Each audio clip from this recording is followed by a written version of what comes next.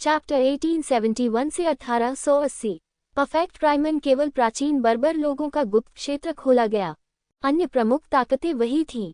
उन सभी ने अपनी अपनी सेनाओं के भीतर गुप्त क्षेत्र खोल दिए ताकि प्रत्येक परिवार के दुष्टों को अंतिम दौर में शामिल होने का मौका मिले और उनकी ताकत में तेजी से वृद्धि हो सके।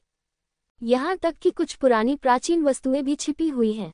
वे सभी अपने निजी तौर पर स्वीकृत दुष्ट प्रशिक्षुओं को हॉन्टियन स्टार क्षेत्र के विभिन्न कठिन और खतरनाक स्थानों पर ले गए ताकि उन्हें जीवन और मृत्यु का अनुभव कराया जा सके।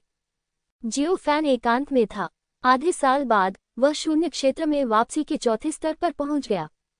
अपने क्षेत्र को सुदृढ़ करने के बाद वह अंततः उस बिंदु पर पहुंच गया जहां वह 3 शुद्ध लोगों को रूपांतरित करने के लिए 1QE का उपयोग कर 2 और क्लोन बना सकता था। बहुत अच्छा, जियोफैन मुस्कुराया। 2 और क्लोन उसके 2 और होने के बराबर हैं। हालांकि दोनों क्लोन फिलहाल अपनी पूरी ताकत तक नहीं पहुंच सकते हैं, लेकिन ताकत अभी भी कमजोर नहीं है, यहाँ तक कि 100 हाथियों के साम्राज्य के शिखर पर भी जियोफैन के क्लोन में लड़ने की शक्ति है और उसका मूल शरीर ... अब अधिक मजबूत हो गया है। जियोफैन को लगा कि वह दाओ शोधन क्षेत्र के पहले स्तर के खिलाफ लड़ने में सक्षम हो सकता है। अभी कुछ दशक बाकी हैं, चलो धीरे धीरे खेलें। जियोफैन खुश हुआ और एकांतवास छोड़कर चला गया। इसके बाद जियोफैन न केवल रक्त कबीले और सायरन कबीले को लूटना चाहता था, बल्कि पवित्र जानवर क्षेत्र को भी लूटना चाहता था। और जियोफैन ने वुशेन कबीले और वेयान कबीले के ग्रहों को लूटने की भी योजना बनाई। 3 शुद्ध व्यक्तियों के 2 और क्लोन थे। उनके वर्तमान शरीर को प्रदर्शित करने की कोई आवश्यकता नहीं थी। जियोफैन ने तो इससे भी बुरा विचार सोचा। 3 दिन बाद रक्त कबीले ग्रह पर डकैती, पुराने नियम, भंडारण, जादुई उपकरण सौंप दो और तुम मारे नहीं जाओगे। शून्य में 2 सफेद वस्त्रधारी आकृतियां प्रकट हुईं। इस ग्रह के लोगों ने बहुत अच्छा सहयोग किया और भंडारण जादुई औजारों को शून्य में फेंक दिया, जिससे दूसरे पक्ष की आध्यात्मिक शक्ति उन्हें खींच ले गई। जियोफैन ने अनगिनत बार लूट की। सभी लोग नियम जानते थे। जब तक वे सहयोग करते हैं और भंडारण जादुई हथियार सौंपते हैं, तब तक दूसरा पक्ष उन्हें छू नहीं पाएगा। दोनों जियोफैन आकृतियां पुराने कपड़े पहने हुए हैं, सफेद वस्त्र और कांस्य मुखौटे पहने हुए हैं। मारना, धर तेरी की। इस रक्त कबीले ग्रह पर बैठे रक्त कबीले के स्वामी आए। वे भी पुराने नियमों का पालन करते हैं और दूसरे पक्ष का चेहरा पहले पहचानने के लिए अपनी आत्मा का उपयोग करते हैं। हुनझान, वांगटेंग, दोनों रक्त कबीले के स्वामी दंग रह गए। जब सफेद वस्त्र पहने व्यक्ति ने पहले लूट की थी, तो वह या तो हुनझान या वांगटेंग बन गया था। क्यों? वह एक ही समय में 2 व्यक्तियों में बदल गया, लेकिन वे ये भी जानते थे कि अभी उन बातों पर विचार करने का समय नहीं है। ये दोनों लोग नकली होंगे, इन्हें सीधे मार दो। मारना, विस्मयादिबोधक चिन्ह, उद्धरण चिन्ह। ये 2 रक्त कबीले के बुजुर्ग कमजोर नहीं हैं, दोनों में बैक्सियान क्षेत्र के 9वें शिखर की ताकत है। जियोफैन के 2 क्लोन नुकसान में थे। यकीन से जियोफैन ने बड़बड़ाया। उनका मूल शरीर भी इसी ग्रह पर है, लेकिन वह दूसरा चेहरा बदल गया। कोई भी उसमें अंतर नहीं देख पाएगा। और अब उसने अपने मूल शरीर से लूट का माल इकट्ठा करना चुना और फिर चुपचाप चला गया। वह चुपचाप आया और चुपचाप चला गया। और 2 रक्त कबीले के बुजुर्ग हत्यारे थे और सभी प्रकार की हत्या की चालों का इस्तेमाल किया गया था, और वे जियोफैन के क्लोन को मारने के लिए दृढ़ थे। और जियोफैन का क्लोन, क्योंकि उसके पास जियोफैन के मूल शरीर की ताकत नहीं थी, वास्तव में उनके द्वारा दबा दिया गया था। इससे दोनों रक्त कबीले के बुजुर्ग और अधिक ऊर्जावान हो गए। पागल, मैं आज तुझे मार डालूंगा। जैसे ही वे लड़े, जियोफैन का मूल शरीर पूरी तरह से भाग गया और फिर ये क्यों हुआ सैन किंग का क्लोन जारी किया। वह लूट का माल लेकर चुपचाप चला गया। कोई निशान नहीं बचा था। रक्त कबीले के ताकतवर लोग जो अभी अभी 2 जियोफैन क्लोनों के साथ लड़े थे, दंग रह गए। वे सभी क्लोन हैं। वे जीवन के प्रति थोड़ा संशयी हैं। अभी अभी वे मौत से लड़े, क्या वे लड़ते लड़ते रह गए? अकेले प्रतिद्वंद्वी का मूल शरीर वहां था ही नहीं। इस बार रक्तवंश की पैतृक भूमि से सहायता शीघ्र ही प्राप्त हुई तथा कोई व्यक्ति शीघ्र ही वहां पहुंच गया। लोग कहाँ हैं? रक्त कबीले का असली ताकतवर आदमी ठंडी आवाज में बोला। नहीं, मैंने नहीं देखा। कुछ स्पष्टीकरण के बाद ये रक्त कबीले के ताकतवर लोग क्रोधित हो गए। एक अतिरिक्त क्लोन, मुसीबत। जियोफैन एक क्लोन में तब्दील हो सकता है। यह मामला स्वाभाविक रूप से कोई रहस्य नहीं है। वे इस तकनीक को लेकर भी बहुत आशंकित हैं। ये बहुत अजीब है। शक्तिशाली क्लोन। ये लगभग मूल शरीर जितना ही शक्तिशाली है। लड़ाई के दौरान ये स्पष्ट रूप से एक के विरुद्ध दो था, और वे सभी निर्बाध रूप से समन्वित थे। इससे मूलतः रक्त कबीले, सायरन कबीले और अन्य ताकतें भयभीत हो गईं। अब तो यह और भी बेहतर है। प्रतिद्वंद्वी का क्लोन 2 हो गया है। क्या इसका मतलब यह नहीं है कि प्रतिद्वंद्वी को पकड़ना अधिक कठिन है? इस बार भी प्रतिद्वंद्वी का मूल शरीर नजर नहीं आया। जियोफैन के चले जाने के बाद वह लूटने के लिए अगले ग्रह पर चला गया। यह अभी भी वही पुरानी दिनचर्या है। असली शरीर नहीं दिखा, इसलिए क्लोन को ये काम करने के लिए छोड़ दिया गया। डकैती। भंडारित जादुई हथियार मुझे सौंप दो और मैं तुम्हें नहीं मारूंगा। विस्मयादिबोधक चिन्ह। इस ग्रह पर लोग बिखर गए और जियोफैन का असली शरीर चुपचाप उसे ले गया। पूरी योजना दोषरहित थी। ऐसा लगता है जैसे 3 आदमियों का गिरोह किसी अपराध को अंजाम दे रहा है। सभी राक्षसों का विकास अब जियोफैन रक्त कबीले, सायरन और अन्य ताकतों के लिए एक बुरा सपना है। बहुत डरावना। सिर्फ 2 क्लोन, यहाँ तक कि दौड़ में बाइक्सियांग दायरे के बुजुर्ग भी कुछ नहीं कर सकते। एक बार जब ये राक्षस बड़ा हो जाएगा तो परिणाम अप्रत्याशित होंगे। इसी कारण इन जातियों में पूर्वज स्तर के लोग भी एकांतवास से बाहर आ गए हैं। ग्रह पर चुपचाप छुपकर एक जाल बिछाओ और जियोफैन की गिरफ्तारी का इंतजार करो। इस दिन जियोफैन आ रहा है। डकैती। भंडारण जादुई हथियार सुपर... इसे मत मारो। जियोफैन के दोनों क्लोनों ने बहुत अच्छा सहयोग किया, और इस समय शून्य से एक बड़ा हाथ गिरा जो एक तारे के बराबर था। क्या? जियोफैन के 2 क्लोन चौंक गए। दूसरे पक्ष की आभा दाओ शोधन क्षेत्र से कहीं परे है।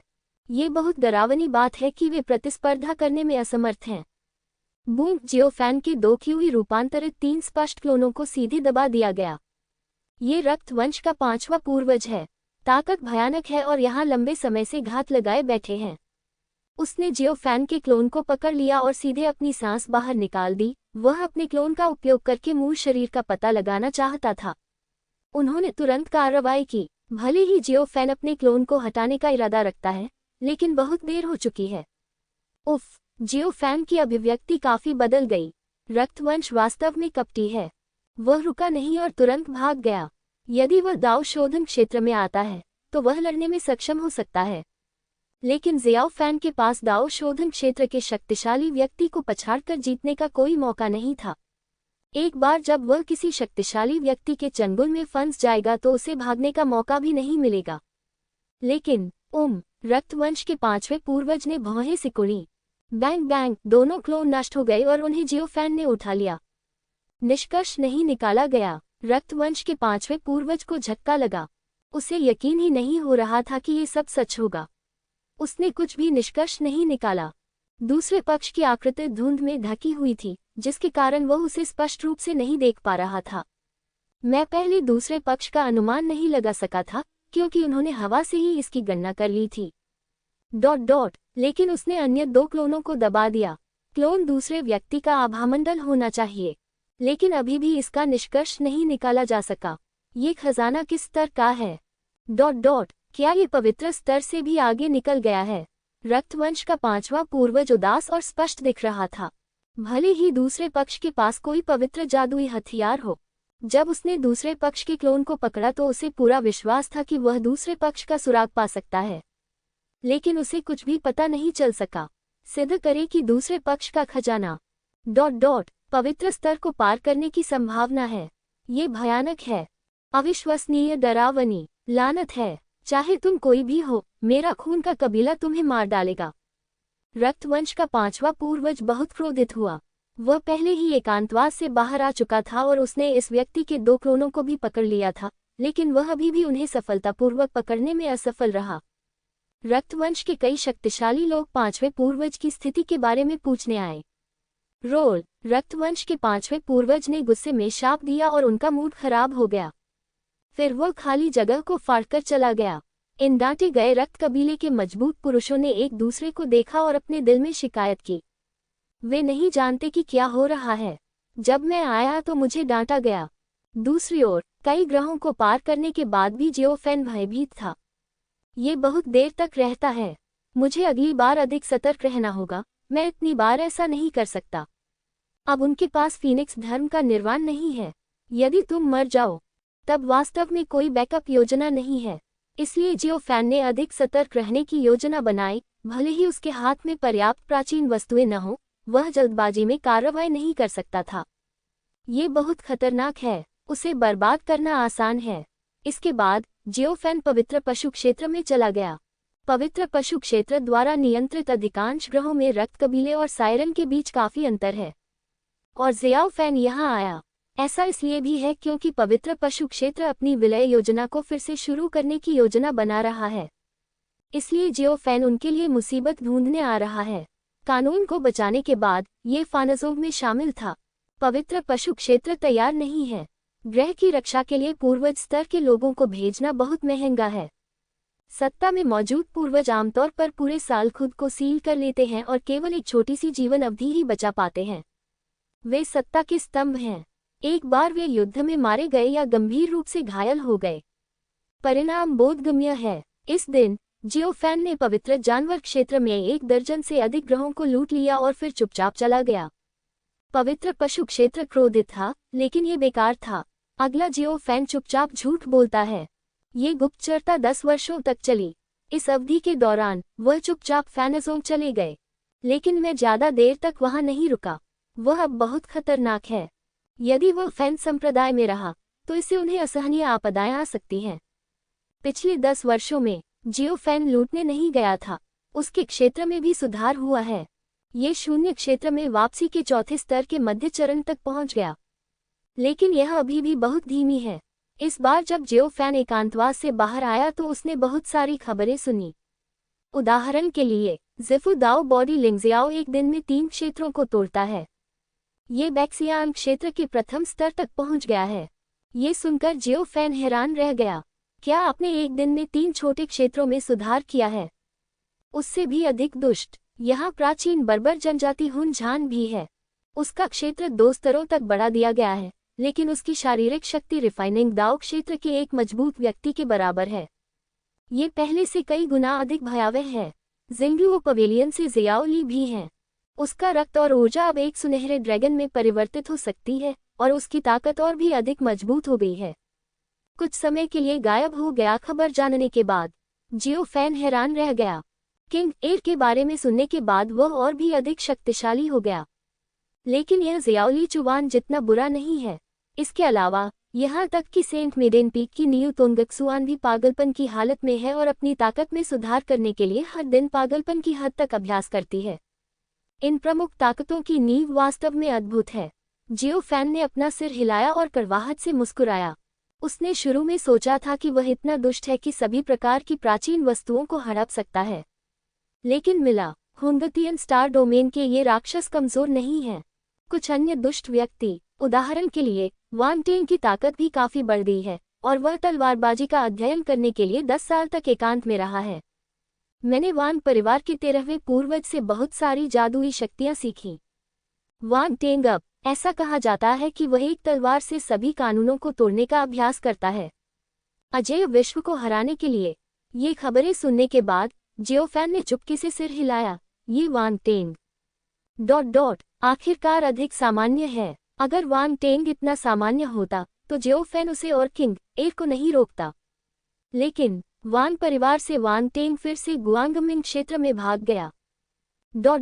ऐसा कहा जाता है कि वापस जाने के बाद वांग परिवार के 13वें पूर्वज ने उसके पैर तोड़ दिए थे।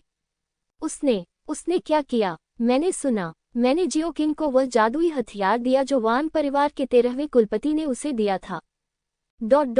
फिर वांग परिवार के 13वें कुलपति लाइट दायरे में भाग गए और जादुई हथियार छोड़ना चाहते थे। ऐसा लगता है कि लाइट दायरे में छोटी लड़की द्वारा कई खजाने भी ठगे गए थे। आसपास के लोग बातें कर रहे थे। वांग टेंग की घटना बड़ी मजेदार है। जियोफैन अपना चेहरा ढकने से खुद को रोक नहीं सका। यह आदमी ... अभी भी बहुत पुण्यशाली। क्या तुमने सुना है? ऐसा लगता है कि बुटियन मंडप से एक राक्षस आया है और अचानक पृथ्वी आत्मा शरीर को जगा दिया है। पृथ्वी आत्मा शरीर जो 5 तत्वों आत्मा शरीरों में से एक है। हाँ, ऐसा लगता है कि इसका नाम सोंग तुओ है। खबर सुनने के बाद जियोफैन ने अपनी भौहें उठाईं। सोंग तुवान, उसका प्रेम प्रतिद्वंद्वी। उसने पृथ्वी आत्मा शरीर को जागृत किया। पृथ्वी आत्मा शरीर। 5 तत्वों में से एक आत्मा शरीर पृथ्वी की विशेषताओं की शक्ति से मेल खाने के लिए पैदा हुआ। पृथ्वी से संबंधित किसी भी अभ्यास का प्रत्यक्ष उपयोग किया जा सकता है और पृथ्वी की शक्ति को सक्रिय किया जा सकता है। ये शरीर मजबूत पृथ्वी विशेषताओं वाले स्थानों में अत्यंत मजबूत है। और इस काया की एक और विशेषता है, इसका मतलब है कि इसमें वृद्धि की गुंजाइश है। 5 तत्वों वाले आध्यात्मिक शरीरों का भाग्य एक दूसरे को निगलना है। अन्य 4 संविधानों को निगल लिया, तब आपको सच्चे पंचतत्व आत्मा शरीर में पदोन्नत किया जा सकता है। वास्तविक पंचतत्व आत्मा शरीर बहुत भयानक है तथा इसे बिना किसी समाधान के उसी स्तर का अस्तित्व कहा गया है। जब तक ताकत को दबाया नहीं जाता तब तक कोई समाधान नहीं है। प्रेम प्रतिद्वंद भी मजबूत हो गया है। जियो फैन ने सोंगतुओ को मारने का इरादा करते हुए बड़बड़ाया। दूसरे पक्ष के मन में हमेशा ये मियाओइन के बारे में विचार आते रहे हैं। अब चूंकि पृथ्वी आत्मा शरीर जागृत हो गया है तो बुटियन मंडप में इसकी स्थिति निश्चित रूप से बढ़ जाएगी। यदि ऐसे व्यक्ति को नहीं हटाया गया तो ये मियाओइन के लिए बहुत खतरनाक होगा। अगर सोंगतुओ आगे आता है तो क्या बुटियन मंडप उसे शादी दे देगा? ये मियाओइन अकेले इससे निपटना मुश्किल है। अगर आज जियाओ इतना जागता है तो कहा जाता है कि सोंगतुओ को बुटियन मंडप द्वारा गुप्त क्षेत्र में भेजा गया है ताकि वह इसका अनुभव कर सके। जब तक तियानजियाओ गुप्त क्षेत्र नहीं खुल जाता वह एकांत से बाहर नहीं आएगा। पास में मौजूद किसी ने फिर से बात की। ये खबर सुनकर जियो फैन ने राहत की सांस ली। बस मत मिलो, ये सही है। तियानजियाओ गुप्त क्षेत्र को आए ज्यादा समय नहीं हुआ है। वैसे सभी परिवार दुष्ट प्रतिभाशाली लोगों को इतना महत्व क्यों देते हैं? पता नहीं। हुंगतियन स्टार डोमेन में पहले युवा पीढ़ी के बीच प्रतिस्पर्धा बहुत कड़ी थी, लेकिन ऐसा भयंकर क्षण कभी नहीं आया। यहाँ तक कि प्रमुख ताकतें भी इतनी चिंतित हैं कि वे अपनी पृष्ठभूमि खोने में संकोच नहीं करेंगे, बल्कि अपने संबंधित बलों के राक्षसों को भी तेजी से बढ़ने देंगे। जब जियो फैन को कुछ और खबर पता चली तो वह चला गया। अब ये बात है कि राक्षस कौन है जो सुधर गया है। किन ताकतों ने प्रत्येक परिवार के राक्षसों को प्रशिक्षण में प्रवेश देने के लिए कोई गुप्त क्षेत्र खोल दिया है। जियो फैन की इन चीजों में रुचि खत्म हो गई। वहां से जाने के बाद वह कई ग्रहों पर भाग गया। इस बार उसने रक्तवंश या देशी पशु वंश को नहीं भड़काया। इसके बजाय उसने सीधे अपने क्लोन का उपयोग चुड़ैल भगवान कबीले और वेयान कबीले को लूटने के लिए किया। अब जियो फैन को विश्वास है कि दोनों क्लोन दोनों कुलों के ग्रहों पर बड़ों को भी दबा सकते हैं। और शव लूट के साथ भाग गया। वह और अधिक मजबूत बनना चाहता है। मैं और अधिक मजबूत बनने के लिए इंतजार नहीं कर सकता। आजकल हुंगतियन स्टार डोमेन में स्थिति बहुत उथल पुथल भरी है। यहाँ तक कि जियाओ ली और जियाओ किंग भी मजबूत हो गए हैं।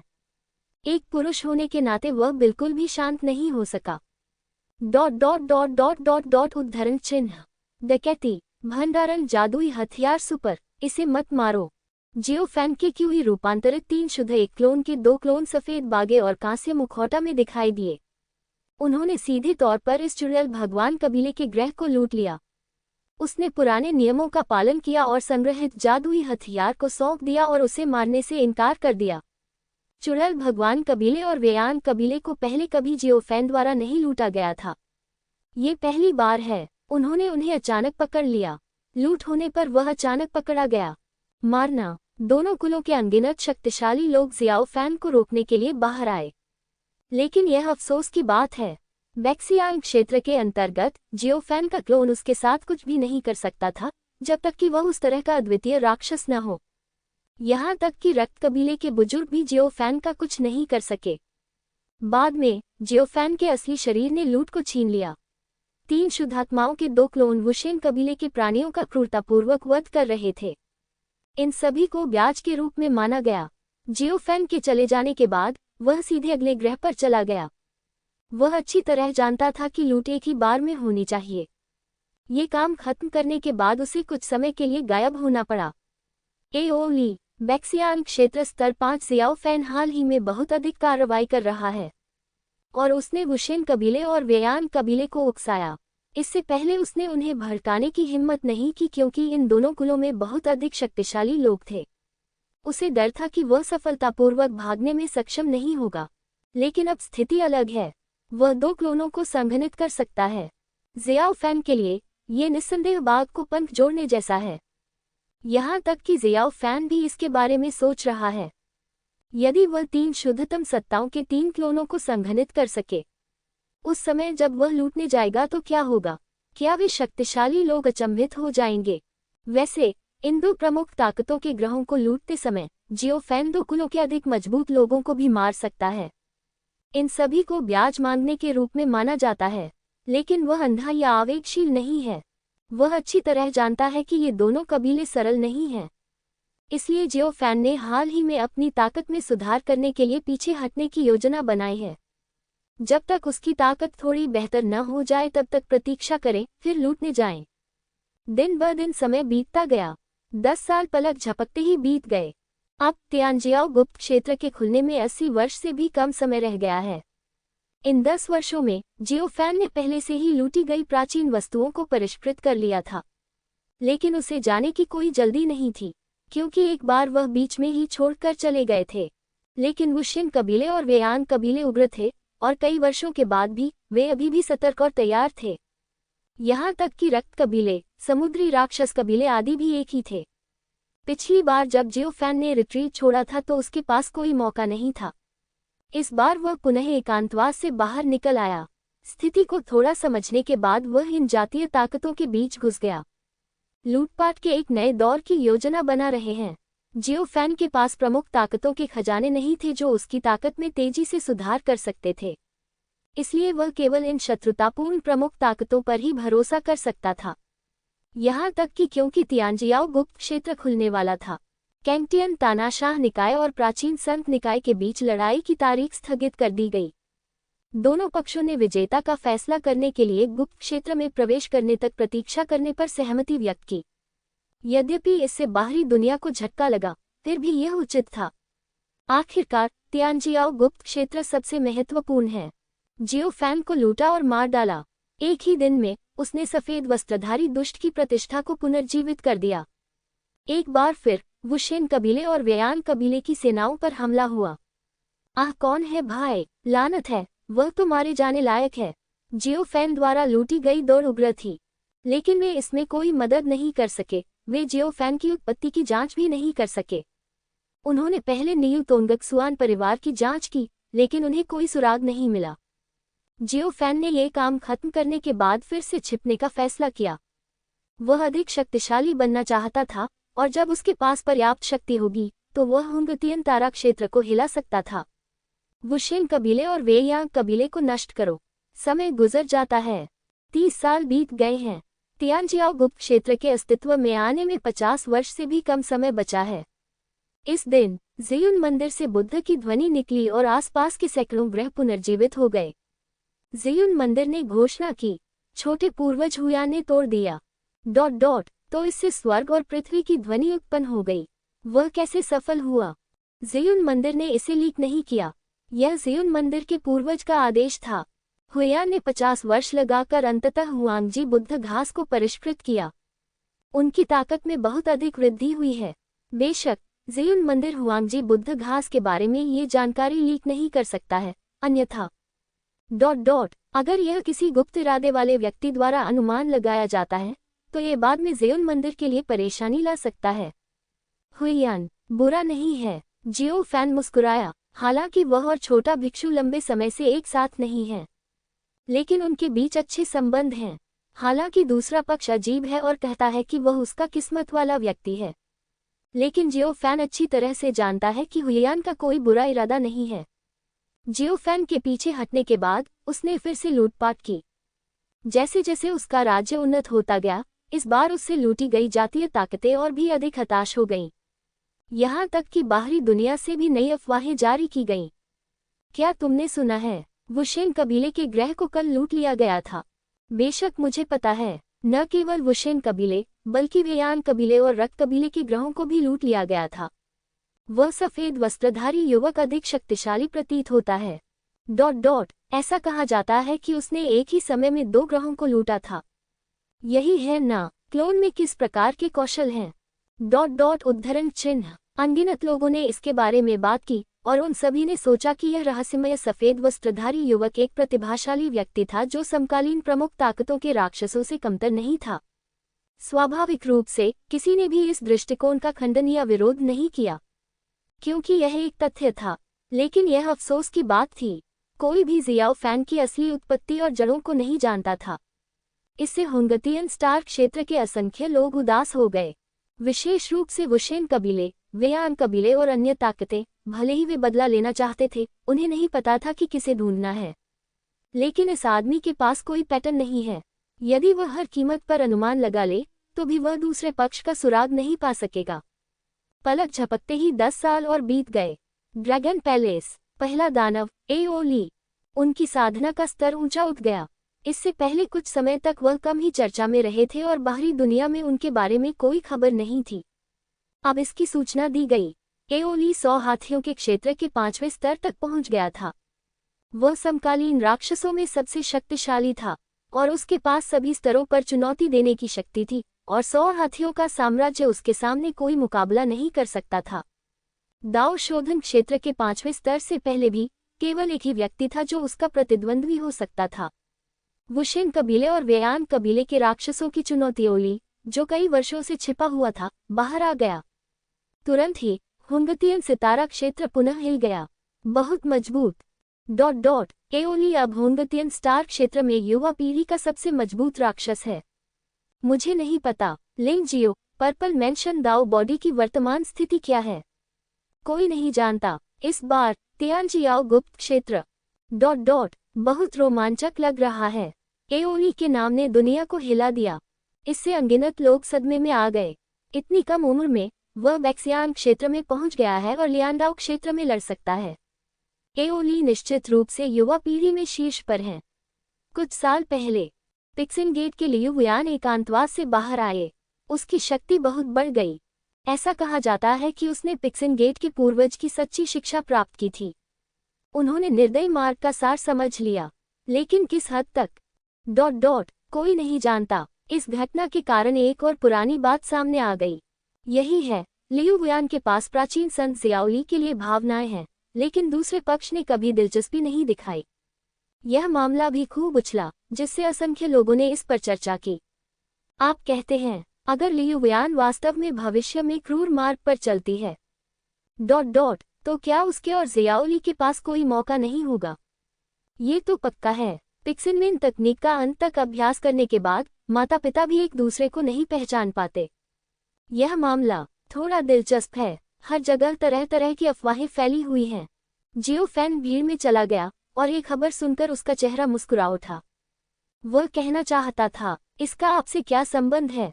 वह जियोली के जैविक पिता इसकी चिंता नहीं करते। बिल्कुल, जियो फैन को इसकी ज्यादा परवाह नहीं थी। आइए बाद में बात करें कि क्या हुआ। एक ही समय पर और लियू वुयान को सच्ची शिक्षा प्राप्त हुई और एक खबर सामने आई। मानव जाति की महान शक्ति झांग परिवार के प्रत्यक्ष वंशज झांग चूहे को पदोन्नत किया गया।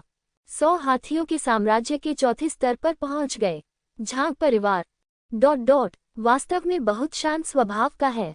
हाँ, परिवार के दुष्ट लोग अपनी खेती का खुलासा करने से पहले इतने लंबे समय तक छिपे रहे हैं। उद्धरण चिन्ह उद्धरण चिन्ह।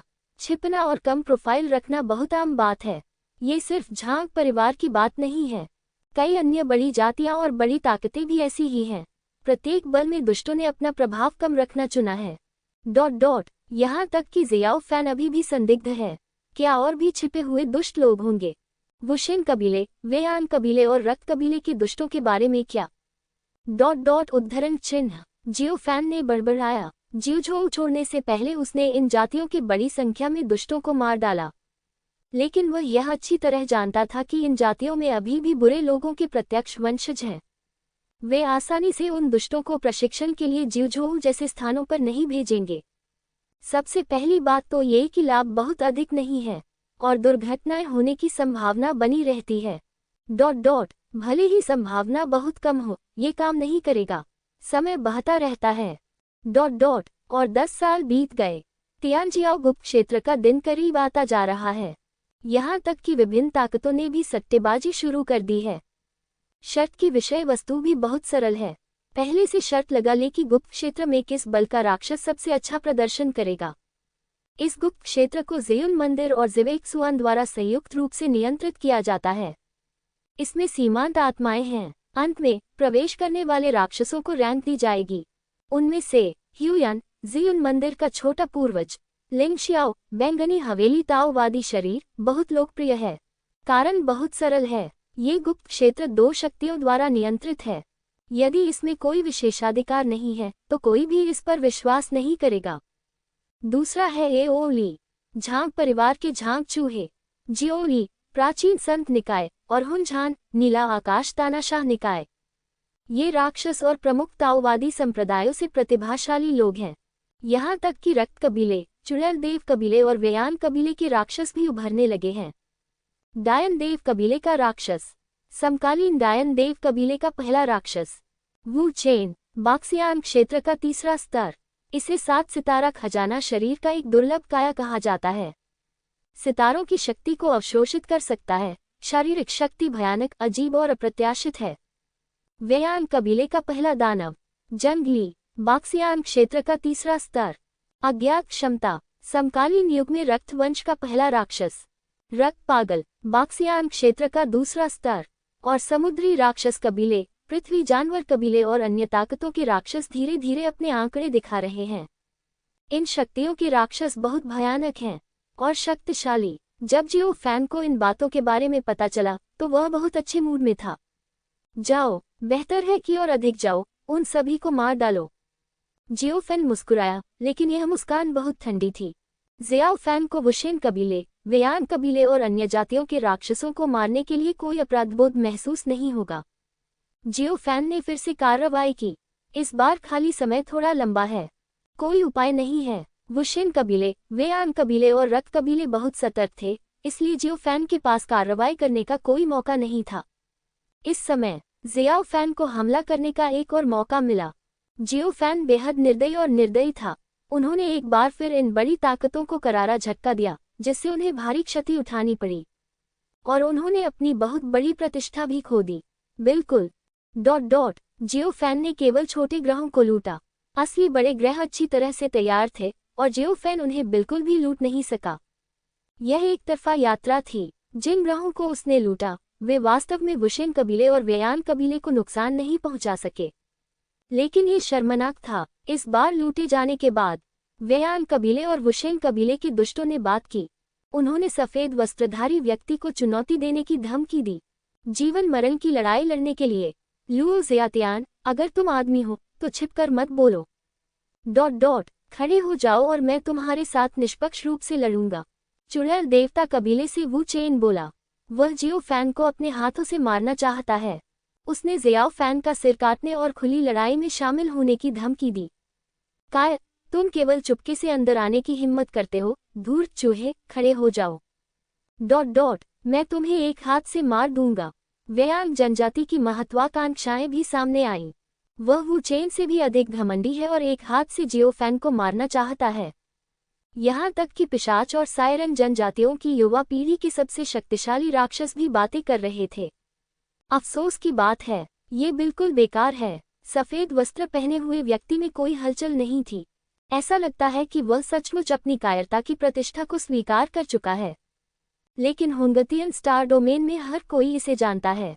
ये कायर नहीं, असली हत्यारा है। एक नज़र देख लो, जब से यह व्यक्ति प्रकट हुआ है उसने बहुत सारे महान कार्य किए हैं। कौन विश्वास करेगा कि वह डरपोक था? यहाँ तक कि चुड़ैल भगवान कबीले और वेयान कबीले भी इस पर विश्वास नहीं करेंगे। जियो फैन को इस बारे में पता चला।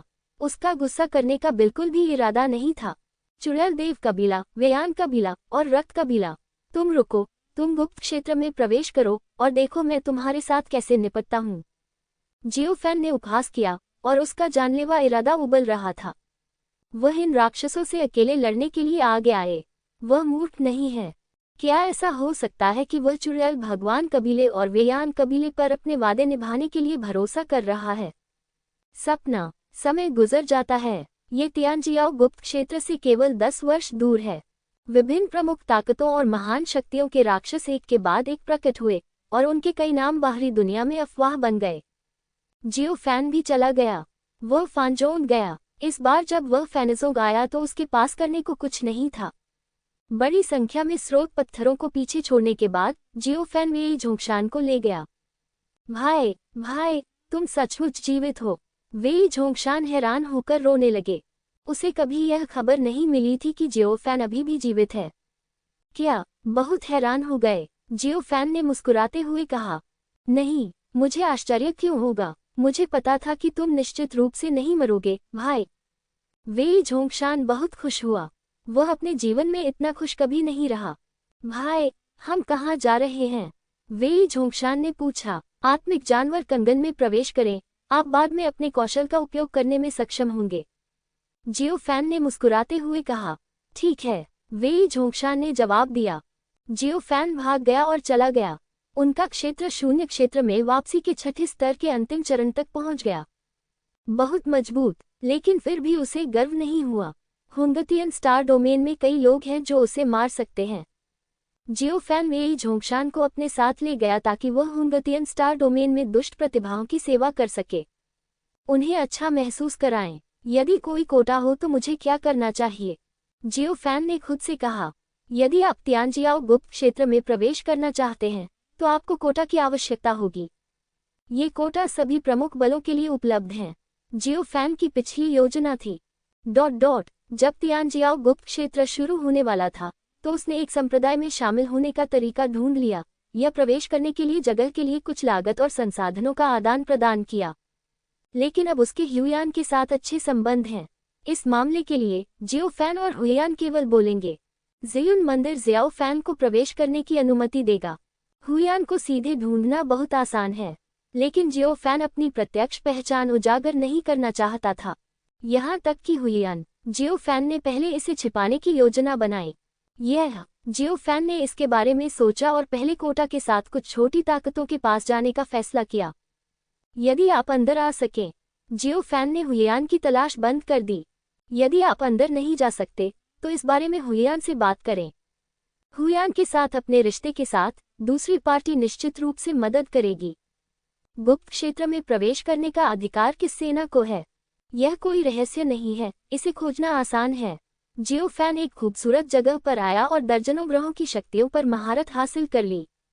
ज़ेडिंग स्कूल कमजोर नहीं, अंदर से मजबूत लोग बादलों की तरह होते हैं, लेकिन पूर्वज स्तर पर केवल 2 ही मजबूत पुरुष हैं और उनकी ताकत बहुत अधिक नहीं है। नींव पर्याप्त गहरी नहीं है, इसलिए इस बल ने विस्तार करना नहीं चुना। मैंने अपने घर में केवल 1 दर्जन से अधिक ग्रहों की रक्षा की है और मैं पिछले कई वर्षों से बहुत स्थिर रहा हूँ। जियो फैन यहाँ है। मैं पहले भी इस ग्रह पर घुसपैठ कर चुका हूँ।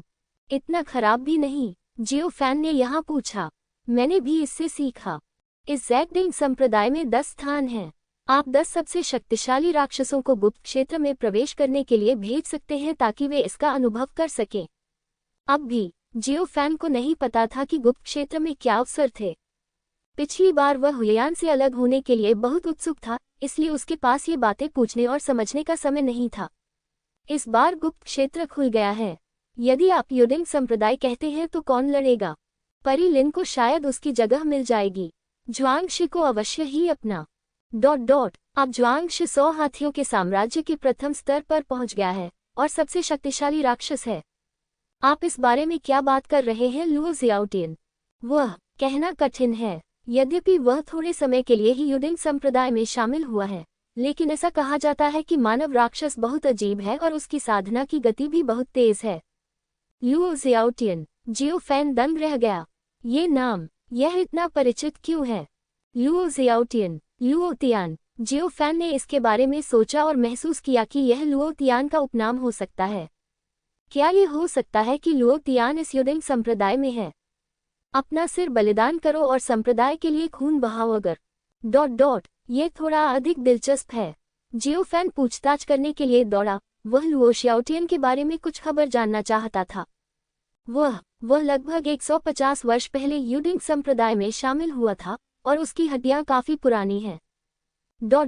ऐसा कहा जाता है कि उस समय युडिंग संप्रदाय के बुजुर्गों ने उसे नीची नज़र से नहीं देखा था। लेकिन यह अजीब है, लुओ ज़ियाओटिन की ताकत में बहुत तेजी से सुधार हुआ है। शून्य क्षेत्र में वापसी तक पहुंचने में उसे ज्यादा समय नहीं लगा। अब मैं शून्य क्षेत्र में वापसी के 7वें स्तर पर पहुंच गया हूं और स्तर से परे चुनौती देने की शक्ति रखता हूं। लुओ ज़ियाओटिन के बारे में ये परिचय सुने। जियो फैन को लगा कि ये व्यक्ति संभवतः लुओ तियान है। ये गलत नहीं होना चाहिए। दोनों पार्टियों के नाम बहुत मिलते जुलते हैं और प्रतिभाशाली। लुओ तियान वास्तव में एक दुर्लभ राक्षस है। जब वह क्यूशू में थे, स्वर्ग और पृथ्वी द्वारा दबा दिया गया, इसलिए बहुत समय बर्बाद हो गया और केवल शूहे दायरे के शिखर पर ही रह गया। लेकिन उस स्थिति में लुओ तियान हर तरह से आगे बढ़ सकता है और एक व्यक्ति शूहे दायरे में 10 शक्तिशाली लोगों के खिलाफ लड़ सकता है।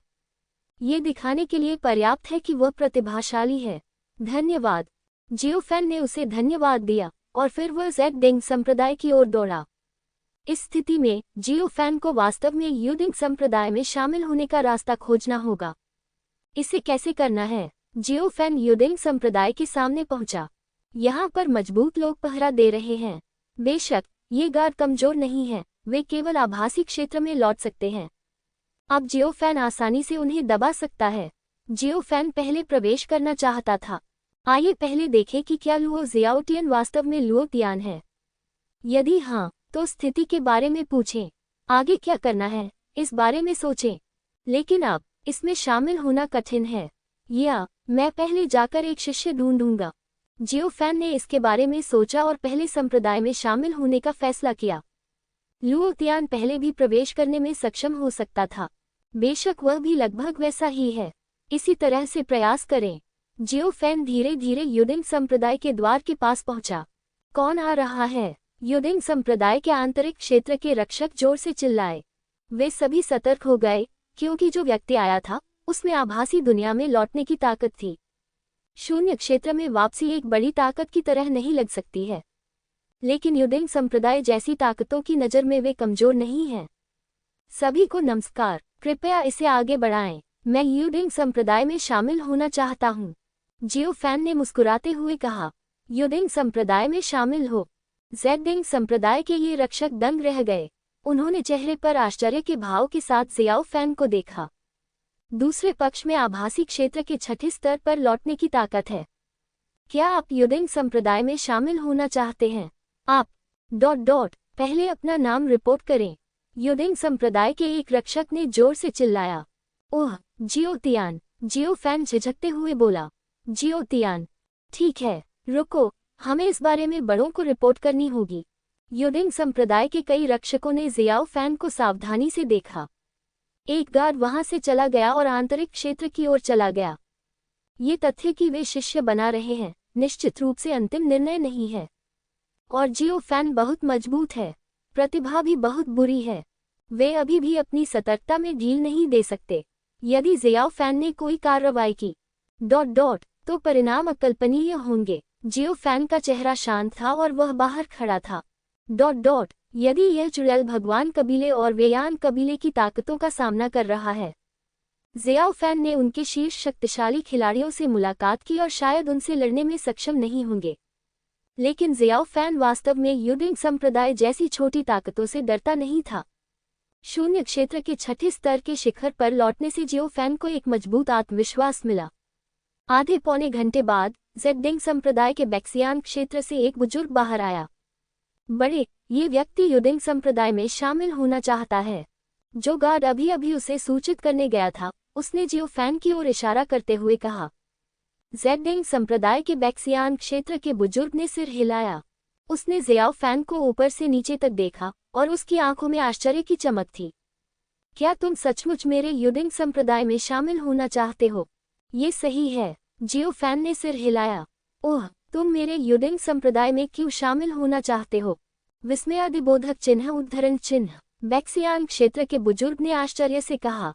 ताकि मजबूत बन सके और फिर संप्रदाय की सेवा कर सके। और संप्रदाय के लिए अपने सिर और खून का बलिदान कर सके और तलवारों के पहाड़ पर चढ़ सके और आग के समुद्र में गिर सके। जियो फैन जोर से चिल्लाया। बिल्कुल भी शर्मिंदगी नहीं, ये सत्य जैसा है। कुआं। सामने स्थित बैक्सियान क्षेत्र के बुजुर्ग ने अपने कान बंद कर लिए, ये सोचकर कि कहीं उसने गलत तो नहीं सुना है। दूसरा पक्ष क्या योजना बना रहा था? वह इस पर विश्वास क्यों नहीं करता? यह मत कहो कि वह इस पर विश्वास नहीं करता। जियो फैन को ये कहते हुए सुनने वाले आसपास के किसी भी व्यक्ति ने इस पर विश्वास नहीं किया। यह अजीब कारण क्या है? आओ और युडिंग संप्रदाय को अपना जीवन बलिदान करने में मदद करें। हालांकि जियोफैन के रवैये से बाइक्सियान क्षेत्र के बुजुर्ग काफी संतुष्ट हो गए। उन्होंने जियाओफैन की हड्डियों की उम्र देखी। इस उम्र में आप शून्य क्षेत्र में वापसी के छठे स्तर के शिखर तक पहुंच सकते हैं। यह एक दुर्लभ राक्षस है। कर सकना। ज़ेडिंग संप्रदाय के बैक्सियान क्षेत्र के बुजुर्ग ने थोड़ी देर के लिए हिचकिचाहट की और सहमति में सिर हिलाया। धन्यवाद बड़े प्रतियोगी रैंकिंग बैक्सियान क्षेत्र के इस बुजुर्ग ने इस बारे में सोचा। इस तरह के भयानक प्रतिभाशाली राक्षस प्रतिभा उनके युडिंग संप्रदाय में शामिल होना अच्छी बात है और आपको इससे इनकार नहीं करना चाहिए। ठीक है, लेकिन आप ये भी जानते हैं कि आपको सीधे युडिंग संप्रदाय में शामिल होने की अनुमति देना बहुत अचानक है। इसलिए संप्रदाय को आप पर विचार करने और कुछ समय के लिए आपका निरीक्षण करने की आवश्यकता है, इससे पहले कि आप वास्तव में आप पर भरोसा कर सकें। क्या आप इसे समझ सकते हैं? ठीक है, ज़ेडिंग संप्रदाय के बुजुर्ग ने धीरे से कहा। ये जियोतियान का युवक है और उसकी ताकत बहुत अच्छी है, लेकिन यह आदमी अचानक अपने युडिंग संप्रदाय में आया। सच कहें तो उन्हें थोड़ा असहज महसूस हुआ, ये सोचकर कि शायद दूसरे पक्ष का कोई और उद्देश्य हो। इसलिए मैं पहले दूसरे व्यक्ति का परीक्षण करना चाहता हूँ। परीक्षण से गुजरने के बाद ही युडिंग संप्रदाय अंत में दूसरे पक्ष पर भरोसा कर सकता है और दूसरे पक्ष को सख्ती से विकसित कर सकता है। कम से कम मेरी राय में तो ऐसा करने में कुछ भी गलत नहीं है।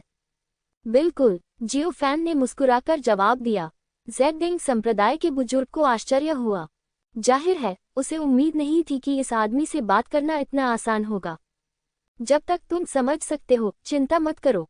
जब तक तुम अच्छा प्रदर्शन करते हो, तुम निश्चित रूप से मेरे युडिंग संप्रदाय में शीर्ष पर पहुंच जाओगे। युडिंग संप्रदाय के बुजुर्ग ने बड़े बड़े केक बनाने शुरू कर दिए। जियोफैन को दीर्घकालिक आदर्श और सपने रखने के लिए कहें। जब तक वह अच्छा प्रदर्शन करता रहेगा, युडिंग संप्रदाय निश्चित रूप से उसके साथ अनुचित व्यवहार नहीं करेगा। चिंता मत करो बड़े, मैं जियोतियान निश्चित रूप से संप्रदाय के लिए भ्रमित हो जाऊंगा और मृत्यु के बाद मर जाऊंगा। जो कोई भी ज़ेडिंग संप्रदाय को अपमानित करने की हिम्मत करता है, वह मेरे जियोतियान के माता पिता को अपमानित करने के बराबर है। मैं जियोतियानिन कभी भी आज्ञा नहीं मानूंगा। जियोफैन ने बार बार कहा कि उनकी टिप्पणी ने बाइक्सियान क्षेत्र के बुजुर्ग को बहुत उत्साहित कर दिया। ठीक है, ठीक है, ठीक है, आप सचमुच हमारे लिए एक आदर्श हैं। युडिंग संप्रदाय के वरिष्ठ व्यक्ति ने व्यक्तिगत रूप से जियोफैन को युडिंग संप्रदाय के आंतरिक क्षेत्र में पहुंचाया। आंतरिक क्षेत्र में प्रवेश करने के बाद भी उन्होंने व्यक्तिगत रूप से जियोफैन को युडिंग संप्रदाय के आंतरिक क्षेत्र की स्थिति से परिचित कराया। उदाहरण के लिए, युडिंग संप्रदाय में कितने ग्रह हैं, लाइब्रेरी कहाँ है, मिशन मंडप कहाँ है। उन्होंने यहाँ तक कि युडिंग संप्रदाय के इतिहास, उसमें कौन कौन से नायक हुए, आदि के बारे में भी बात की। जियोफैन ने एक एक करके जवाब दिया और बड़े चाव से सुना।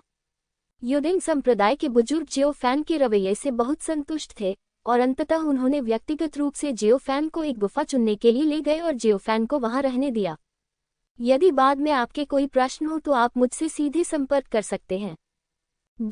उद्धरण चिन्ह। ज़ेडिंग संप्रदाय के बुजुर्ग ने जियाओफैन को एक संदेश भेजने के लिए एक ज़ेड पर्ची सौंपी, और जब उन्होंने गुफा पर दावा किया तो उन्होंने जियाओफैन को बहुत सारी ज़ेड पर्चियां दी, जो सभी ज़ेडिंग स्कूल के परिचय थे। धन्यवाद धन्यवाद। जियोफैन अपनी मुट्ठियों से मुस्कुराया। युडिंग संप्रदाय के बुजुर्ग को दूर भेजने के बाद जियोफैन गुफा में अकेला था। उसने गहरी सांस ली और अपना सिर हिलाकर कड़वी मुस्कान दी। इसके बाद जियोफैन ने ज़ेडिंग स्कूल की जानकारी देखना शुरू कर दिया। यहाँ की स्थिति के बारे में जानना चाहते हैं? सरल शब्दों में कहें तो पहले कुछ पदों में निपुणता हासिल करनी होगी। ये सब समझने के बाद जियोफैन ये देखने गया कि क्या वह लुओ शियातन को ढूंढ सकता है। यदि दूसरी पार्टी लुओ तियान नहीं है, जियोफैन ने देखा कि स्थिति सुलझ गई है और वह ऐसा नहीं कर सकता, इसलिए उसे यहाँ से जाना पड़ा। युडिंग पार्टी मेरे प्रति बहुत सतर्क है और संभवतः मुझे यह नहीं देगी। जियोफैन ने आह भरी। हालांकि अभी ज़ेडिंग संप्रदाय के बुजुर्ग बहुत विनम्र और उत्साही थे, लेकिन कोटे का कोई उल्लेख नहीं है। जियोफैन ने स्वाभाविक रूप से समझ लिया कि दूसरे पक्ष का क्या मतलब था। ऐसा इसलिए क्योंकि मैं उसे कोई कोटा नहीं देना चाहता।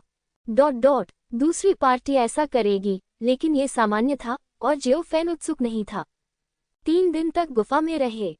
जियो फेंग गुफा से बाहर निकल गया। बाहर आने के बाद जियो फेंग मुस्कुराया। अंधेरे में जेडिंग संप्रदाय का एक शक्तिशाली व्यक्ति छिपा हुआ है जो रिटर्न टू वर्ल्ड रियल्म के 9वें स्तर पर छिपा हुआ है। बिना सोचे समझे जियो फेंग को भी पता चल गया कि यह उस पर नजर रख रहा होगा। जियो फेंग को इसकी परवाह नहीं है। आभासी क्षेत्र के 9वें स्तर पर लौटने की व्यवस्था की गई और उसे बहुत अधिक नीचा दिखाया गया। जियो फेंग भाग गया। अंधेरे में आदमी उसका पीछा करता रहा। जियो फेंग सीधे मैदान में चला गया। ये वह स्थान है जहां युडिंग संप्रदाय एक दूसरे के साथ प्रतिस्पर्धा करता है। लेकिन यहाँ जियो फेंग को लुओ तियान की सांस महसूस नहीं हुई। लेकिन उसने एक पत्थर की पट्टिका देखी। ये पत्थर की पट्टिका एक साधारण संरचना से निर्मित है। इस पर कई नाम हैं। यह इस क्षेत्र की रैंकिंग है। लुओ जियाओटियन 21। जियो फेंग मुस्कुराया, लेकिन उसे यहाँ लुओ शियाओटियन का नाम देखने की उम्मीद नहीं थी। प्रथम स्थान जुआंग शे। जियो फेंग ने इस व्यक्ति का नाम पहले भी सुना था। ऐसा लगता है कि यह बाइक्सियान क्षेत्र के प्रथम स्तर का राक्षस है। उन्हें युडिंग संप्रदाय की पीढ़ी में सबसे शक्तिशाली राक्षस माना जाता है। जियो फेंग ने चारों ओर देखा, कुछ देर सोचा और आसपास के लोगों से पत्थर की पट्टियों पर अंकित लोगों की उत्पत्ति के बारे में पूछा। उसने लुओ जियातन से सीधे तौर पर नहीं पूछा कि वह कौन है, लेकिन नंबर 1 शिजूंग से पूछताछ शुरू कर दी। युडिंग संप्रदाय के शिष्य जिन्हें जियाओ फेंग द्वारा बुलाया गया था, मूल रूप से नाखुश थे। लेकिन उसने पाया कि वह दूसरे पक्ष की ताकत को बिल्कुल भी नहीं देख पा रहा था। इसके अलावा दूसरे पक्ष द्वारा उत्सर्जित आभा बहुत खतरनाक है। ये व्यक्ति आज्ञाकारी है। जियो फेंग जो भी पूछता वह जवाब देता। पहला वरिष्ठ भाई जुआंग शे, वह अब बैक्सियांग दायरे के पहले स्तर के शिखर पर है और किसी भी समय आगे बढ़ सकता है। वह इस पीढ़ी का सबसे शक्तिशाली राक्षस है। दूसरी वरिष्ठ बहन लिन लिंग है, जो अब शून्य क्षेत्र में वापसी के 9वें स्तर पर हैं। वह भी बहुत मजबूत हैं। 21वां है लुओ जियाओटियन। उसकी उत्पत्ति बहुत रहस्यमय है। मैं आत्मसमर्पण करता हूँ। युडिंग संप्रदाय के दुष्टों का परिचय देने के बाद इस व्यक्ति ने अंततः लुओ जियातन का उल्लेख किया। ओह, इस व्यक्ति के साथ क्या मामला है? मुझे इसके बारे में और बताओ। मैं ये सुनना चाहता हूँ, जियो फेंग ने खुशी से कहा। जिस युवक के बारे में जियो फेंग बात कर रहा था वह दंग रह गया। अभी जब दूसरे पक्ष ने जुआंग शी, लिन लिंग और अन्य के बारे में सुना तो उसकी अभिव्यक्ति शांत थी और उसके चेहरे पर कोई लहर नहीं थी। 21वें स्थान पर रहने वाले लुओ शियातियान इतने उत्साहित क्यों हैं? बेशक, उसने बस अपने दिल में शिकायत की। लुओ शियाओटियन की अस्थि आयु बहुत पुरानी है। तार्किक रूप से कहें तो वह शिष्य बनने के लिए बहुत बूढ़ा है। वह एक छोटा सा उपयाजक हो सकता है, लेकिन उसने शिष्य बनने पर जोर दिया। उस समय इसने बहुत हंसी उड़ाई, लेकिन अंत में इस व्यक्ति ने बिना किसी स्पष्ट कारण के तेजी से प्रगति की और उसकी ताकत तेजी से बढ़ी। उद्धरण चिन्ह। कुछ ही दशकों में वह शून्य क्षेत्र में वापसी के 7वें स्तर पर पहुंच गया। और केवल इतना ही नहीं, उसे संरचनाओं की भी गहरी समझ है और वह विशेष रूप से शक्तिशाली है। उद्धरण चिन्ह। इस व्यक्ति ने जियाओ फेंग को लुओ जियाओटियन के बारे में बहुत सारी कहानियां सुनाई। जियो फेंग ने बार बार सिर हिलाया और अब वह निश्चित हो गया। ये लुओ जियाओटियन 99% लुओ तियान था। ये व्यक्ति आमतौर पर कहाँ रहना पसंद करता है? जियो फेंग ने उत्सुकता से पूछा। ओह, वह रहस्यमय तरीके से प्रकट होता है और गायब हो जाता है। मुझे नहीं पता, शिष्य ने उत्तर दिया। जियो फेंग ने सांस छोड़ी। ये सामान्य लगता है। लुओ तियान बिल्कुल उसी तरह का व्यक्ति है। जियो फेंग ने इसके बारे में सोचा और उसने यह नहीं पूछा कि लुओ तियान की गुफा कहाँ है। अगर वह जल्दबाजी में आगे बढ़ता तो लुओ तियान के लिए आसानी से मुसीबत खड़ी हो जाती। जियो फेंग ने पत्थर की पट्टिका को देखा और पूछा, मैं इस पर कैसे चढ़ सकता हूँ? ओह, आपका मतलब प्रतियोगिता में रैंकिंग से है? हाँ, जियो फेंग ने सिर हिलाया। ये बहुत आसान है। इस सूची में 1000 लोग हैं। यदि आप चुनौती देना चाहते हैं, यदि आपके पास कोई रैंकिंग नहीं है, तो आपको पहले 900 और 1000 के बीच के किसी व्यक्ति को चुनौती देनी होगी। उसे हराने के बाद आप उसकी रैंकिंग प्राप्त कर सकते हैं। यदि आप अगले चरण में प्रतिद्वंद्वी को चुनौती देना चाहते हैं, तो एक स्थान प्राप्त करने के बाद आप अपने से 100 स्थान आगे रैंक वाले प्रतिभाशाली व्यक्ति को चुनौती दे सकते हैं। उदाहरण के लिए, यदि आप 960 हैं, तो आप अधिकतम 860 को चुनौती दे सकते हैं। यदि आप शीर्ष 100 को चुनौती देना चाहते हैं, तो आपको कम से कम 100 और 200 के बीच में होना होगा। और सूची में शामिल होने के बाद हर महीने नियमित रूप से अलग अलग मात्रा में स्रोत पत्थर संसाधन वितरित किए जाएंगे और दिए जाने वाले संसाधन रैंकिंग के अनुसार अलग अलग होंगे। उद्धरण चिन्ह उद्धरण चिन्ह डॉट डॉट डॉट उद्धरण चिन्ह। जियोफैन ने सिर हिलाया और नियमों को समझ गया। वास्तव में इस नियम को समझना आसान है। यदि आप बाद में चुनौती देना चाहते हैं, तो आपको योग्यता की आवश्यकता होगी, और यह योग्यता ही रैंकिंग है। यदि 900 से अधिक रैंक वाले लोग किसी भी समय प्रथम को चुनौती दे सकते हैं, क्या ये गड़बड़ नहीं होगी? इसीलिए प्रतिबंध हैं। मैं साइन अप कैसे करूं? जियोफैन ने फिर पूछा। बस एरिना स्टीवर्ट के पास जाकर नामांकन कराएं। Dot dot. चुनौती प्राप्त करने वाले व्यक्ति को हर महीने लड़ाई से बचने के 3 मौके मिलते हैं, और प्रत्येक बचने का मौका 3 दिनों तक चल सकता है। Dot dot. और चुनौतियों की संख्या की कोई सीमा नहीं है, आदमी ने समझाया। धन्यवाद। जियोफैन ने सिर हिलाया। फिर उसने युडिंग संप्रदाय के शिष्य से जियोफैन को पंजीकरण कार्यालय तक ले जाने को कहा। वह चुनौती देने जा रहा था। अखाड़े का प्रभारी प्रबंधक बहुत कुशल नहीं था। शून्य क्षेत्र में वापसी का केवल पहला स्तर। क्या आप साइन अप करना चाहते हैं? हाँ, ठीक है, यहाँ रजिस्टर करें। युडिंग संप्रदाय का प्रबंधक जियोफैन के प्रति बहुत विनम्र था। यद्यपि भंडारी नामात्र रूप से शिष्य से उच्चतर था, लेकिन वास्तव में यह एक मृत अंत था। भविष्य में कुछ भी हासिल करना कठिन होगा। तो यही कारण है कि कुछ लोग जो स्पष्टतः बहुत शक्तिशाली हैं, फिर भी शिष्य बनना चाहते हैं। ऐसा इसलिए है क्योंकि संभावनाएं दूरगामी हैं, इसलिए वे अधिक मजबूत हो सकते हैं। इस व्यक्ति ने जियोफैन के लिए साइन अप किया। दोस्त जियोतियान, आप किसे चुनौती देना चाहते हैं? उपयाचक हंसा। जो भी यहाँ है उसे चुनौती दो। जियोफैन ने हल्के से कहा। उसे समय बर्बाद करने में कोई दिलचस्पी नहीं थी, इसलिए उसे शीघ्रता से लड़ना पड़ा। ओह, मुझे देखने दो। उपयाचक ने सहमति जताई और फिर चारों ओर देखा। देखे कि 900-1000 रैंक पर कौन है। जियोफैन की ताकत शून्य क्षेत्र में वापसी के 6ठे स्तर पर है। इस ताकत के साथ उनके लिए शीर्ष 100 में जगह बनाना आसान है। थोड़ी देर बाद डीकन ने जियोफैन को एक सूची दी। दोस्त जियोतियान, यहाँ वे सभी लोग हैं जिन्हें आप चुनौती दे सकते हैं। Dot dot. बस मुझे बताएं कि आप किसे चुनौती देना चाहते हैं, उपयाचक ने कहा। जियोफैन ने सूची ले ली। सबसे पहले रैंकिंग दी जाती है, उसके बाद नाम और क्षेत्र दिया जाता है। 900 दूसरा, हंगनाई। जियोफैन ने सीधे अपने प्रतिद्वंद्वी को चुना। हंगनाई नामक इस व्यक्ति से लड़ने का कारण बहुत सरल है। ये व्यक्ति सर्वोच्च स्थान पर है। इस व्यक्ति को हराने के बाद जियोफैन भविष्य के एक कदम करीब है। ठीक है, मैं इसका प्रबंध कर दूंगा। उपयाचक हंसा। आधे पौने घंटे बाद जियोफैन एक रिंग के पास गया, अपने हाथों को पीठ के पीछे करके खड़ा था। उसका चेहरा ठंडा था और उसके सामने हंगनाई था। हंगनाई असहाय लग रहा था। वह जीवन हत्या क्षेत्र के केवल 8वें स्तर पर था। कैसे लड़ें? हंगनाई के पास अब इस महीने लड़ाई से बचने की योग्यता नहीं है, इसलिए उसके पास लड़ाई स्वीकार करने के अलावा कोई विकल्प नहीं था। शुरू करना, उपयाचक चिल्लाया। जियोफैन अभी प्रतियोगिता शुरू करने ही वाला था, इसलिए उसने जल्दी ही प्रतियोगिता समाप्त कर दी। मैं आत्मसमर्पण करता हूँ। दूसरी ओर हंगनाई ने पहले बोला और सीधे आत्मसमर्पण करने का निर्णय लिया। रैंकिंग में तेजी से सुधार हुआ। जियोफैन, क्या ये संभव है? मैंने अभी तक शुरू नहीं किया है। हंगनाई ने आत्मसमर्पण कर दिया। जियोतियान जीत गया। जियोफैन सीधे जीत गया। पहले तो वह अभी भी यही सोच रहा था कि कैसे खुद को रोके, लेकिन इसकी कोई जरूरत नहीं है। जियोतियान, क्या आप अभी भी चुनौती दे रहे हैं? उपयाचक ने पूछा। चुनौती दो, जो भी वहां है उसे चुनौती दो। जियोफैन ने सिर हिलाया। वह बस जल्दी करना चाहता था। अगर सब कुछ ठीक रहा तो शायद वह जल्द ही लुओ शियातन को चुनौती दे सकेंगे। ठीक है। उपयाचक बहुत सहयोगी था। उन्होंने तुरंत जियोफैन के लिए एक नए प्रतिद्वंद्वी की व्यवस्था की। जियोफैन का चेहरा अपरिचित था, उसने उसे पहले कभी नहीं देखा था।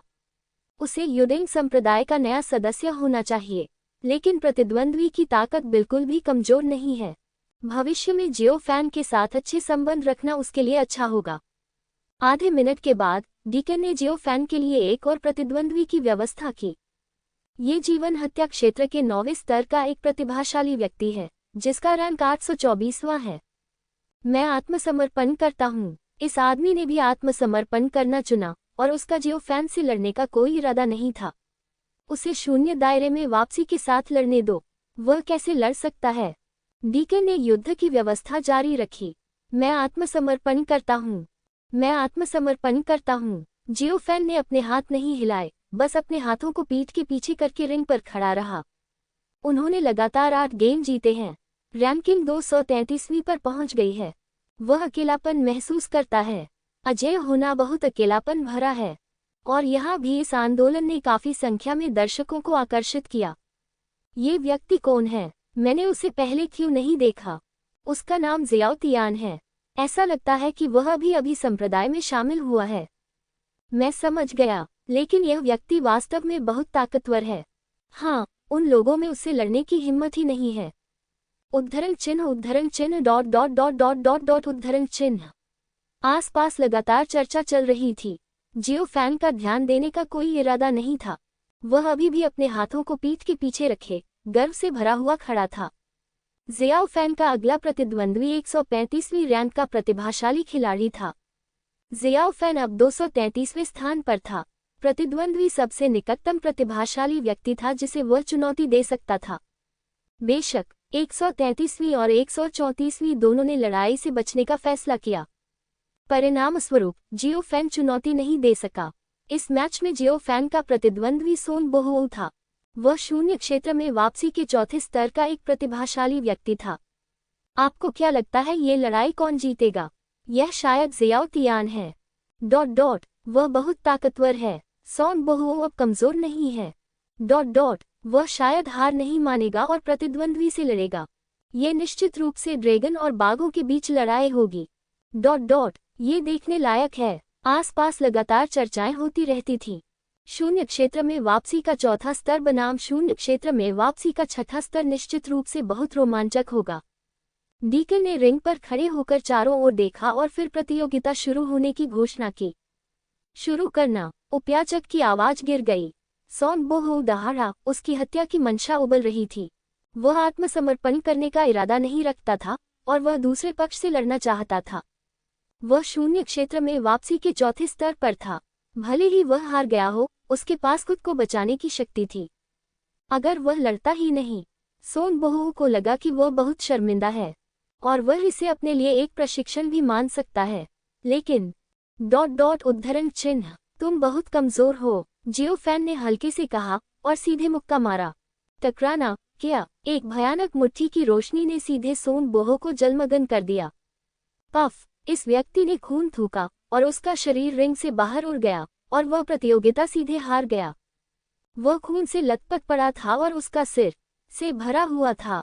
मैं कौन हूँ? मैं कहाँ हूँ? अभी क्या हुआ? यह एक मुक्का से खत्म हो गया। उसने जो देखा उस पर उसे विश्वास नहीं हुआ। क्या वह सचमुच एक साधारण मुक्का से पराजित हो गया था? सोन बोहुओ ही एकमात्र व्यक्ति नहीं था जो आश्चर्यचकित था। आसपास खड़े दर्शक भी दंग रह गए। ये पहली बार था जब जियो फैन ने रिंग में प्रवेश करने के बाद औपचारिक कदम उठाया। पहले तो लगा कि यह एक भयंकर लड़ाई होगी, लेकिन उसने बस लापरवाही से अपना हाथ हिला दिया। प्रतियोगिता खत्म हो गई थी। ये बहुत अचानक हुआ। इससे आसपास बैठे दर्शकों को अवास्तविक सा एहसास हुआ। क्या मैंने गलत नहीं देखा? नहीं, सब खत्म हो गया। विस्मयादिबोधक चिन्ह उद्धरण चिन्ह उद्धरण चिन्ह। यहाँ तक कि प्रतियोगिता की अध्यक्षता करने वाले डीकन भी दंग रह गए। ये बहुत तेज था। क्या ये हो गया? मुझे अभी अगला गेम लड़ना है। जियो फैन ने डीकन को देखा और हल्के से कहा, ओह ठीक। उपयाचक को होश आया और वह चिल्लाया, जियो तियान जीत गया। जियो फैन की रैंकिंग सीधे 135 पर पहुंच गई। लुओ शियातियान 21वें स्थान पर हैं। जियो फैन उसे चुनौती देना चाहता है, लेकिन उसे इंतजार करना होगा। अगले खेल में मैं और किसे चुनौती दे सकता हूँ? जियो फैन ने पूछा। उसे बस एक और को चुनौती देने की जरूरत है और जीतने के बाद वह लुओ ज़ियाओटियन को चुनौती दे सकता है। ओह, मुझे देखने दो। डीकन तुरंत व्यवस्था करने चला गया। आधे पौने घंटे बाद जियो फैन ने अपने प्रतिद्वंद्वी को देखा। वह शून्य क्षेत्र में वापसी के छठे स्तर का एक प्रतिभाशाली व्यक्ति था, जो उसके समान ही क्षेत्र था। 41वें स्थान पर डी यंगुआ। बच्चे, मुझे चुनौती देने पर तुम्हें पछतावा होगा, डी यंगुआ ने ठंडे स्वर में कहा। उसके अंदर हत्या का इरादा उबल रहा था। ओह चलो, जियो फैन ने उदासीनता से कहा। उसने इस आदमी को बिल्कुल भी गंभीरता से नहीं लिया। आसपास के सभी लोग बहुत उत्साहित थे। डी यंगुआ कमजोर नहीं है। ये सही है, वे दोनों रिटर्न टू वर्ल्ड रियल्म के छठे स्तर पर हैं। ये निश्चित रूप से ड्रैगन और बाघों के बीच लड़ाई होगी। इस प्रतियोगिता में कौन जीतेगा, मुझे नहीं पता। शुरू करना। तभी पादरी की आवाज धीमी हो गई। डी यंगुआ ने सीधे शुरुआत की। उसने लापरवाही बरतने की हिम्मत नहीं की और ऊपर आते ही अपनी पूरी ताकत लगा दी। मारना, तुम बहुत कमजोर हो, जियो फैन ने उदासीनता से कहा। टकराना, जियो फैन ने मुक्का मारा। भयावह मुट्ठी की रोशनी चमक उठी। क्या? पफ! डी यंगुआ पीछे की ओर उड़ गया। परिणाम वही हुआ जो अभी उस आदमी का हुआ। जियो फैन के मुक्के से पराजित। वह खून से लथपथ पड़ा था और उसके चेहरे पर आश्चर्य के भाव थे।